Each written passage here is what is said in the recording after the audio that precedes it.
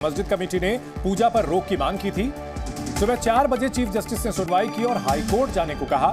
Supreme court से राहत नहीं मिली। जिला जज की अदालत ने जिस तरह से तहखाने में पूजा की इजाजत दी, व्यास जी के तहखाने में पूजा की इजाजत दी और इस पर सुप्रीम कोर्ट में अपील की गई थी मुस्लिम पक्ष की ओर से। सुबह 4 बजे सुनवाई हुई लेकिन उन्हें राहत नहीं मिली। और इस बड़ी खबर पर हमारे 2 सहयोगी हमारे साथ जुड़ चुके हैं। अरविंद सिंह दिल्ली से हमारे साथ जुड़ रहे हैं, साथ ही साथ नीतीश पांडे जो कि वाराणसी से हमारे साथ है। सबसे पहले अरविंद जानना चाहेंगे क्या हुआ इस सुनवाई में, क्यों हाईकोर्ट जाने को कहा गया मुस्लिम पक्ष को? देखिए चंदन, एक थोड़ा सा मैं साफ कर दूं कि सुनवाई नहीं हुई, बल्कि चीफ जस्टिस ने फाइल को देखते ही ये कहा कि हाईकोर्ट जाना चाहिए इस मसले को। यानी 4 बजे सुनवाई नहीं हुई, लेकिन आप समझ सकते हैं कि ये एक ऐसा मामला है जिसमें मुस्लिम पक्ष को इस बात का आभास है कि ये मामला किस तरफ आगे बढ़ रहा है। और यही वजह है कि उन्होंने सुप्रीम कोर्ट के खुलने का इंतजार किए बगैर ही रात 3 बजे जो मुस्लिम पक्ष के जो 3 वकील हैं, जिसमें फुजैल अहमदी थे, इसके अलावा निजाम पाशा और आकांक्षा, इनकी टीम रजिस्ट्रार के घर पहुंचती है। 1 घंटे उनकी बातचीत होती है और इस 1 घंटे के दौरान रजिस्ट्रार को पहले इस बात के लिए कन्विंस करने की कोशिश होती है कि इस मसले पर तुरंत सुनवाई की जरूरत है, निचली अदालत के आदेश पर रोक लगनी चाहिए ताकि इस दरमियान वो कानूनी राहत के दूसरे विकल्प आजमा सके। उसके बाद 4 बजे रजिस्ट्रार मेल भेज देते हैं चीफ जस्टिस को, क्योंकि चीफ जस्टिस को आखिरकार फैसला लेना होता है। चीफ जस्टिस अर्ली मॉर्निंग में पेपर को देखते हैं मुस्लिम पक्ष की तरफ से जो भेजे गए थे, और उसके बाद चीफ जस्टिस कहते हैं कि ये मामला हाई कोर्ट में चलना चाहिए। और वो मुस्लिम पक्ष को यह संदेश भिजवा दिया जाता है चीफ जस्टिस की तरफ से कि अगर इस मामले में कोई राहत चाहिए मुस्लिम पक्ष को तो वो इलाहाबाद हाई कोर्ट के चीफ जस्टिस के सामने मेंशन कर सकते हैं। तो आप समझ सकते हैं कि मुस्लिम पक्ष को शायद उम्मीद ही रही होगी कि सीधे सुप्रीम कोर्ट से राहत मिल जाए, तो उन्होंने रात को ही अप्रोच किया सुप्रीम कोर्ट को और रजिस्ट्रार के बाद मामला चीफ जस्टिस के पास गया और चीफ जस्टिस ने फाइल देखने के बाद कहा कि मामला हाई कोर्ट में ही सुनवाई के उपयुक्त है फिलहाल इस स्टेज। ठीक है अरविंद, एक बड़ी खबर अपने दर्शकों को बता दें, वाराणसी से आ रही है। ज्ञानवापी मामले से जुड़ी बड़ी खबर। पूजा पाठ के बाद वाराणसी में अलर्ट है। वाराणसी की दाल मंडी को बंद किया गया है। नंदी के सामने गेट खुलने से भक्त उत्साहित हैं। दरवाजे के सामने भारी संख्या में पुलिस बल तैनात है। हमारे सहयोगी नीतीश पांडे हमारे साथ लगातार बने हुए हैं। नीतीश, किस तरह की सुरक्षा व्यवस्था की जा रही है?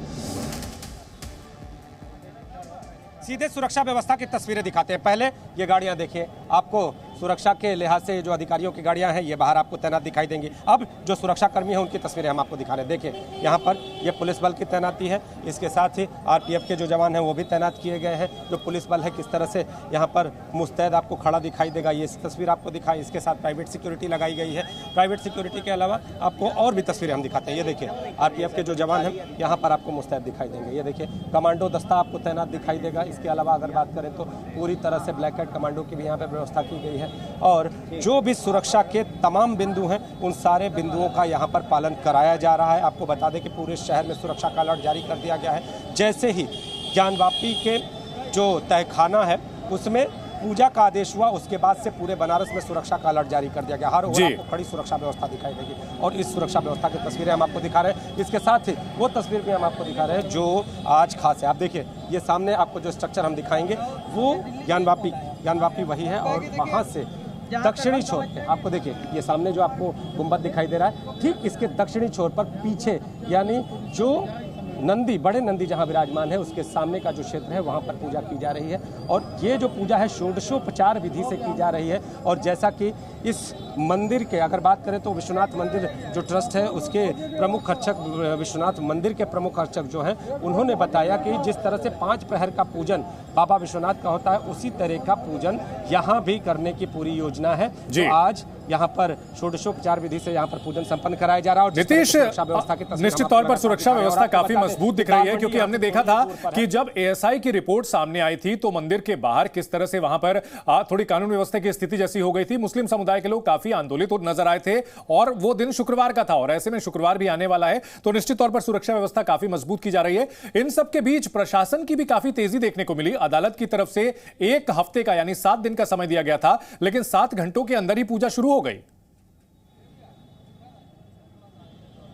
देखिए प्रशासन इस सारे निर्णय को कहीं ना कहीं सुरक्षा व्यवस्था पर बता रहा है कि सुरक्षा व्यवस्था के लिहाज से इसको करना जरूरी था। तस्वीरें दिखाते हुए बात करते हैं। तस्वीरें दिखाइए आप। अब देखिए यहाँ पर आपको कड़ी सुरक्षा का घेरा दिखाई देगा। और जिस तरह से आपने पूछा कि आखिर प्रशासन ने 7 दिन के बजाय ये 7 घंटे का समय क्यों लिया, तो सुरक्षा के लिहाज से ये जरूरी था, क्योंकि जब सुरक्षा व्यवस्था चाक चौबंद होगी, रात का अंधेरा होगा, और रात का अंधेरा जब होगा तो सुरक्षा व्यवस्था के मायने अलग होंगे, सड़क खास होगी, क्योंकि गलियों का शहर बनारस है, बगल में दाल मंडी है। इन सारे विषयों को ध्यान में रखा गया और रात का वक्त उसी वजह से चुना गया। हालांकि इसके बाद पूरे शहर में अलर्ट जारी कर दिया गया, पूरी दाल मंडी को बंद कराया गया है। और सारी सुरक्षा के बावजूद कल का दिन यहाँ के लिए अहम है, क्योंकि कल शुक्रवार का दिन है, कल जुमे की नमाज होनी है। और जिस तरह का जिक्र आप भी कर रहे थे कि जब सर्वे हुआ था उसके बाद यहाँ पर किस तरह से बहुतायत संख्या में एक विशेष वर्ग के लोग पहुंचे थे, और ऐसी स्थिति में सुरक्षा के लिए बड़ा चैलेंज खड़ा हो गया था उस समय। लेकिन इस बार प्रशासन कोई भी कोताही बरतने के मूड में नहीं है और पूरी तरह से सुरक्षा व्यवस्था को अलर्ट पर कर दिया गया है। चाक चौबंद सुरक्षा व्यवस्था है।